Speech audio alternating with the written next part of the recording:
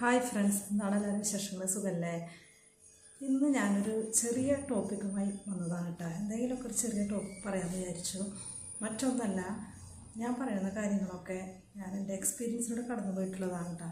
അപ്പോൾ ഇങ്ങനെയൊക്കെ എനിക്ക് പറയാൻ സാധിക്കുന്നത് ഞാൻ ഒരുപാട് ക്ലാസ്സുകളൊക്കെ അറ്റൻഡ് ചെയ്തിട്ടുണ്ട്. പിന്നെ ഒരുപാട് ഞാൻ പറഞ്ഞില്ലേ ബുക്കുകൾ വായിച്ചിട്ടുണ്ട്.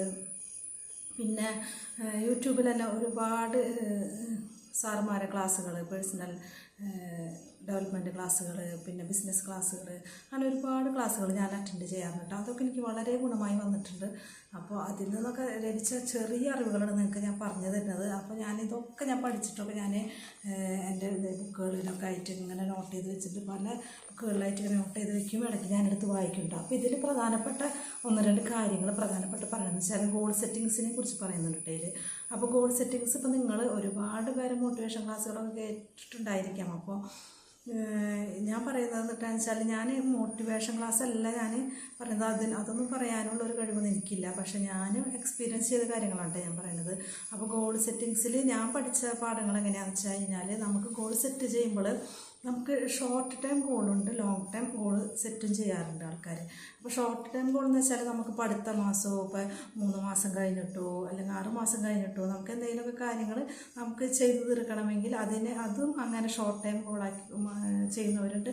പിന്നെ ലോങ് ടൈം ഗോൾ എന്ന് ഉദ്ദേശിക്കുന്നത് നമ്മൾ കുറേ വർഷങ്ങൾക്ക് ശേഷം നമുക്ക് നടപ്പിലാക്കേണ്ട കാര്യങ്ങൾ, അത് ലോങ് ടൈം ഗോളായിട്ട് നമ്മൾ ചെയ്യുന്നുണ്ട്. പിന്നെ ആഫ്റ്റർ ഡെത്ത്, നമ്മൾ മരണത്തിന് ശേഷം നമുക്ക് ഗോൾ സെറ്റ് ചെയ്യാമെന്ന് പറയുന്നുണ്ട് കേട്ടോ.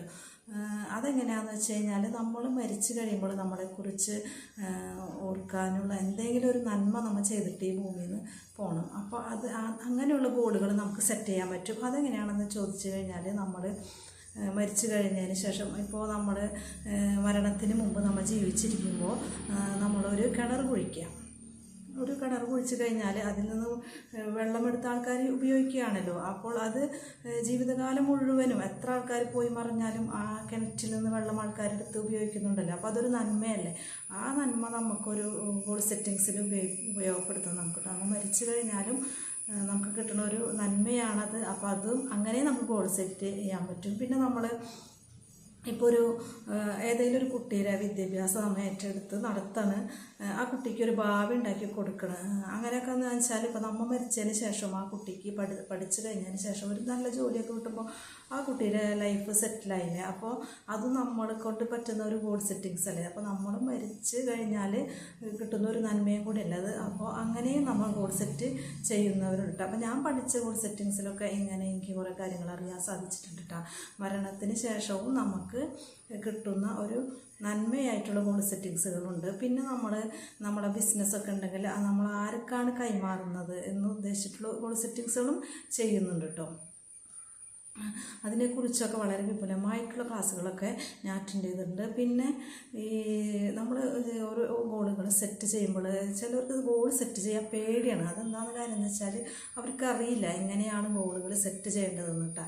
അതുകൊണ്ടാണ് അവർക്ക് പേടിയും തോന്നുന്നത്. അപ്പോൾ നമ്മൾ ഗോൾ സെറ്റ് ചെയ്യുമ്പോൾ എപ്പോഴും ഗോളുകൾ നമ്മൾ മാറിക്കൊണ്ടിരിക്കും.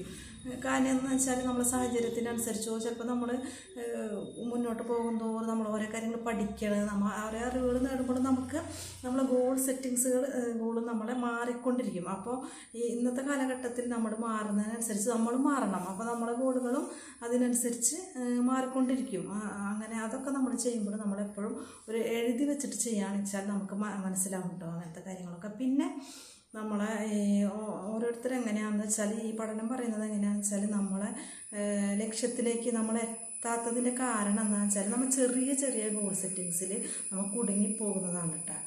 നമ്മൾ വലിയൊരു ഗോളൊക്കെ സെറ്റ് ചെയ്യും, പക്ഷെ നമ്മൾ ഓരോ ചെറിയ ഗോളുകൾ നമ്മൾ നേടിക്കൊണ്ടിരിക്കുമ്പോൾ നമ്മൾ അതിൽ തൃപ്തരാകും. അപ്പോൾ നമ്മളെ വലിയ ഗോളുകൾ നമ്മളവിടെ മറന്നു പോകും. അപ്പോൾ അങ്ങനെ പഠനങ്ങൾ പറയുന്നുണ്ട്, നമ്മളെ ചെറിയ ഗോളിൽ നമ്മൾ തൃപ്തി അടയുന്നതുകൊണ്ട്. അതായത് നമ്മുടെ അടുത്ത ഷോപ്പിലൊക്കെ, ഇപ്പോൾ ഒരു ഹോൾസെയിൽ ഷോപ്പിലൊക്കെ നമുക്ക് എന്തെങ്കിലും സാധനങ്ങൾ കിട്ടുമ്പോൾ നമ്മൾ അതിനേക്കാളും നമ്മൾ ഗോൾ സെറ്റ് ചെയ്തിരിക്കുക, പുറത്ത് പോയിട്ട് പർച്ചേസ് ചെയ്തിട്ട് അവിടെ നിന്ന് ലാഭം ഉണ്ടാക്കാൻ നമ്മൾ വിചാരിക്കും. പക്ഷെ നമ്മൾക്ക് എന്തോ നമുക്ക് തോന്നുന്നത് ഇവിടെ പോയി നമുക്ക് എടുക്കാം. അപ്പോൾ ഇതിൽ നിന്ന് നമുക്ക് കുറച്ച് ലാഭമായിരിക്കും കിട്ടുന്നുണ്ടാകും. അപ്പോൾ നമ്മൾ അതിൽ തൃപ്തിയായി നമ്മൾ നിൽക്കണം.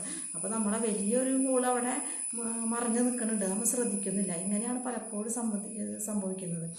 പിന്നെ നമ്മൾ ഗോൾ സെറ്റിങ്സിൽ പിന്നെ ഞാൻ പഠിച്ച കാര്യങ്ങൾ പറയണമെന്ന് വെച്ചാൽ നമ്മൾ ഇപ്പോൾ 1-2 മാസത്തേക്കുള്ള ഗോളൊക്കെ നമ്മൾ സെറ്റ് ചെയ്യുമ്പോഴുണ്ടല്ലോ അത് സ്റ്റെപ്പ് ബൈ സ്റ്റെപ്പായി ചെയ്യുക. ഇപ്പോൾ ഒരാഴ്ച 7 ദിവസത്തെ കാര്യങ്ങൾ, അത് കഴിഞ്ഞിട്ട് നെക്സ്റ്റ് 7 ദിവസം കഴിഞ്ഞിട്ട് ചെയ്യേണ്ടത്, പിന്നെ നെക്സ്റ്റ് 7 ദിവസം കഴിഞ്ഞിട്ട് ചെയ്യേണ്ടത്, അങ്ങനെ ഓരോ പാർട്ടായിട്ട് നമ്മൾ അതിനെ ഭാഗം തിരിച്ചു കഴിഞ്ഞാൽ നമുക്ക് പെട്ടെന്ന് അത് ലളിതമായിട്ട് മനസ്സിലാക്കാൻ സാധിക്കും കേട്ടോ. അങ്ങനത്തെ ഗോൾ സെറ്റിങ്സൊക്കെ ഉണ്ട് കേട്ടോ. അപ്പോൾ അതും നിങ്ങളൊന്ന് ട്രൈ ചെയ്ത് നോക്കണം. ഇപ്പോൾ ഞാനിവിടെ ഇരുന്ന് പറയാൻ തന്നെ കാരണം ഞാൻ എൻ്റെ ഗോൾ സെറ്റിങ്സിൽ ഞാൻ യൂട്യൂബ് തുടങ്ങണമെന്ന് എനിക്കൊരു നല്ലൊരു ഗോൾ സെറ്റിങ്സ് എനിക്ക് ഉണ്ടായിരുന്നു കേട്ടോ. അത് ഇന്ന മാസം തുടങ്ങണമെന്ന് ഞാൻ വിചാരിച്ചിട്ടുണ്ടായിരുന്നു. ആ മാസം തന്നെയാണ് കേട്ടോ ഞാൻ തുടങ്ങിയത്. അപ്പോൾ അത് എനിക്കൊരു ഡയറി ഉണ്ട്. ഞാൻ പഠിക്കുന്ന സമയത്തൊക്കെ അങ്ങനെ നമുക്ക് സാറുമാരൊക്കെ പറഞ്ഞു തരും നമുക്ക് എന്തെങ്കിലും കാര്യങ്ങൾ നമ്മൾ എഴുതി വെക്കണം കേട്ടോ. അപ്പോൾ അങ്ങനെ ഞാൻ എഴുതി വെച്ചിട്ട് ഞാൻ വിചാരിച്ചിട്ടുണ്ടായിരുന്നു ഇന്ന ഡേറ്റിൽ ഞാൻ അത് സ്റ്റാർട്ട് ചെയ്യുന്നത് കേട്ടോ. അപ്പോൾ അതേപോലെ തന്നെയാണ് കേട്ടോ, ഞാൻ ഇന്ന ഡേറ്റിൽ തന്നെയാണ് അത് സ്റ്റാർട്ട് ചെയ്തത്. ഞാൻ അതുപോലെ തന്നെ ആ ഡേറ്റിലൊക്കെ യൂട്യൂബ് സ്റ്റാർട്ട് ചെയ്തു. പിന്നെ അതിലെ കണ്ടൻറ്റുകൾ ഞാൻ എഴുതിയിരിക്കുന്നത്, അപ്പോൾ ഞാൻ ആ ബുക്കിൽ എഴുതിയിരിക്കുന്നത് ഞാൻ ഈ എഴുത്തൊക്കെ ആയിരുന്നു കേട്ടോ. ഞാൻ പഠിച്ച കാര്യങ്ങൾ അതൊക്കെ പറയാമെന്ന് ഇതുപോലെ തന്നെ പറയാമെന്നുള്ളൊരു കണ്ടൻറ്റും കൂടി ഞാനതിൽ എഴുതി വെച്ചിട്ടുണ്ടായിരുന്നു കേട്ടോ. ഇപ്പോൾ ഞാൻ മറിച്ച് നോക്കിയപ്പോഴാണ് എനിക്ക് മനസ്സിലായത് ഞാൻ അന്ന് അതൊക്കെ എഴുതി വെച്ചിട്ടുണ്ട്. ഇപ്പം ഞാൻ വളരെ സന്തോഷമുണ്ട്. കാരണം ഞാൻ പറഞ്ഞ പോലെ തന്നെ എൻ്റെ ഒരു ഗോൾ എനിക്ക് നേടാൻ സാധിച്ചല്ലോ. ഞാൻ ഇന്ന സമയത്ത് യൂട്യൂബ് തുടങ്ങുന്നത് ഞാൻ പറഞ്ഞു, അതേപോലെ തന്നെ ഞാൻ ചെയ്തു. ഞാൻ ഇതുപോലെ എന്തെങ്കിലുമൊക്കെ കുറച്ച് പാചകങ്ങൾ ഞാൻ പറയുന്നത് ഞാൻ വിചാരിച്ചിട്ടുണ്ടെന്ന് എൻ്റെ മനസ്സിൽ അതും എനിക്ക് സക്സസ്സായി നടപ്പിലാക്കാൻ പറ്റി. അപ്പോൾ ഇതിനൊക്കെ ഞാൻ വളരെയധികം നന്ദി പറയണ. അൽഹംദുലില്ലാ.